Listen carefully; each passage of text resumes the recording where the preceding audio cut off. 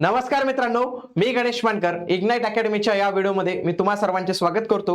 नवी मुंबई महानगरपालिकेकडून मेकॅनिकल आणि इलेक्ट्रिकल या दोन पदांच्या जेई साठी म्हणजे कनिष्ठ अभियंता, ज्युनियर इंजिनियर या पदासाठी जाहिरात आलेली आहे। फॉर्म भरणं पण सुरू झालेले आहे। पण त्यांनी एक काम खूप छान केलेलं आहे। याच्यामध्ये त्यांनी सिलेबस आणि एक्झाम पॅटर्न अशा दोन्ही गोष्टी ज्या आहेत तर त्यांनी दिलेल्या आहेत। तर काय असणार आहे तर तो सिलेबस आणि एक्झाम पॅटर्न आपण जे आहेत तर ते आजच्या या व्हिडिओमध्ये पाहणार आहोत।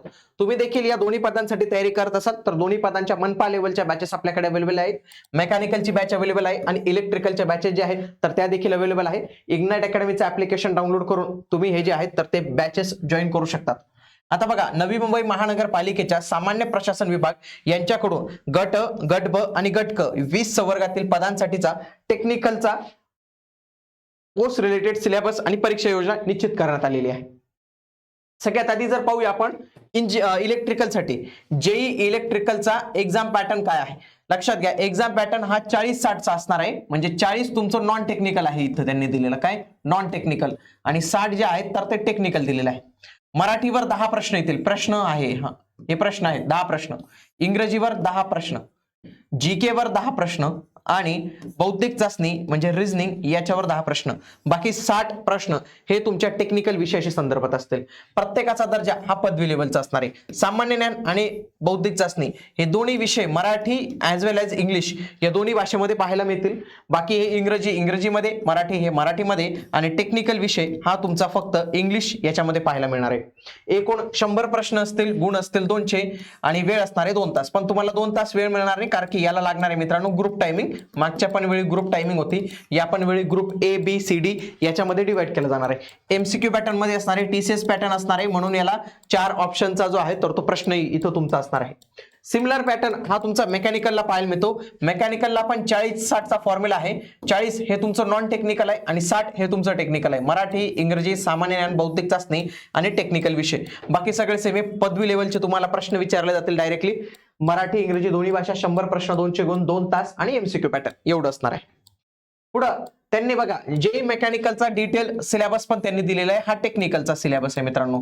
जो 60% ज्याच्यावर आहेत, 60 प्रश्न ज्याच्यावर आहेत ते विषय त्यांनी दिलेले आहेत। बघा, विषयामध्ये पहिला कोणता विषय, इंजिनिअरिंग मेकॅनिक्स याच्यावर प्रश्न येतील। त्याच्यानंतर मेकॅनिक्स ऑफ मटेरियल, त्याच्यानंतर Tom theory of machines, vibrations 5 नंबरला, मशीन डिझाइन 6 नंबरला, फ्लुइड मेकॅनिक्स 7 नंबरला, हीट ट्रान्सफर 8 नंबरला, थर्मोडायनेमिक्स 9 नंबरला, engineering materials 10 manufacturing technology, 11 metrology and inspection, 12 machining and machine tool operations आणि 13 इंडस्ट्रियल इंजिनिअरिंग।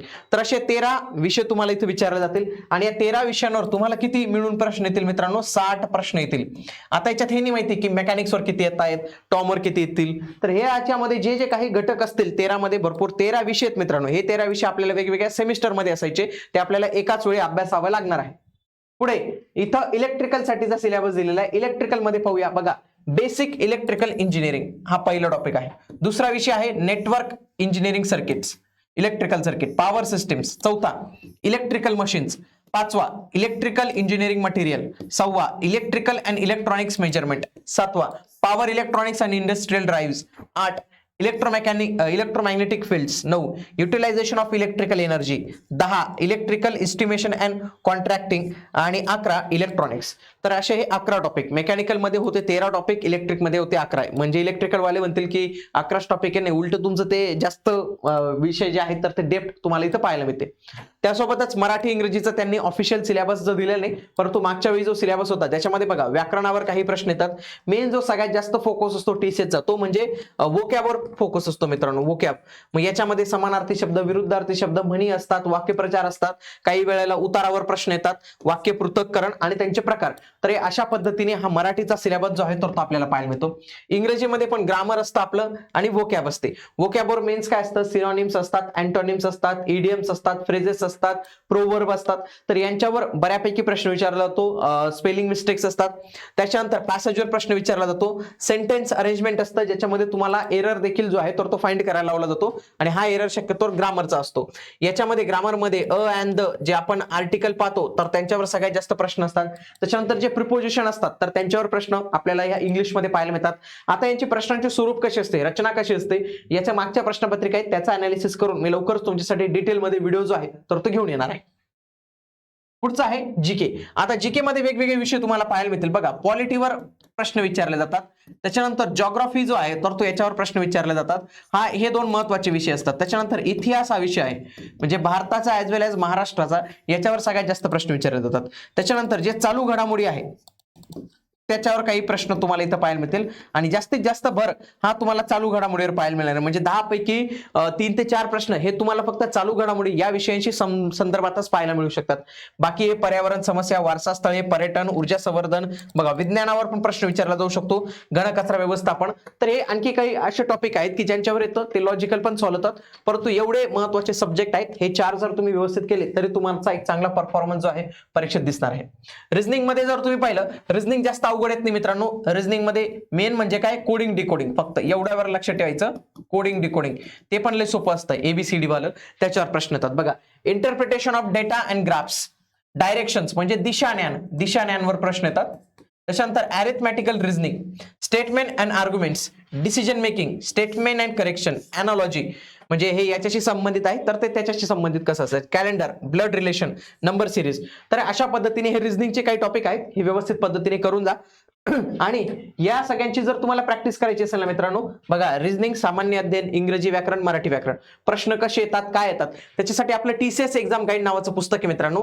हे जर पुस्तक तुम्ही व्यवस्थित पद्धतीने केलं तर हे जे तुमची 40 प्रश्नांची तयारी तर ते एकदम डिटेलमध्ये होऊन जाईल. तुमचे काही मार्क त्याच्यात जे आहेत तर ते जाणार नाही. आजच हे पुस्तक इग्नाइट अकॅडमीच्या ऍप्लिकेशनवरून तुम्ही ऑर्डर करू शकतात.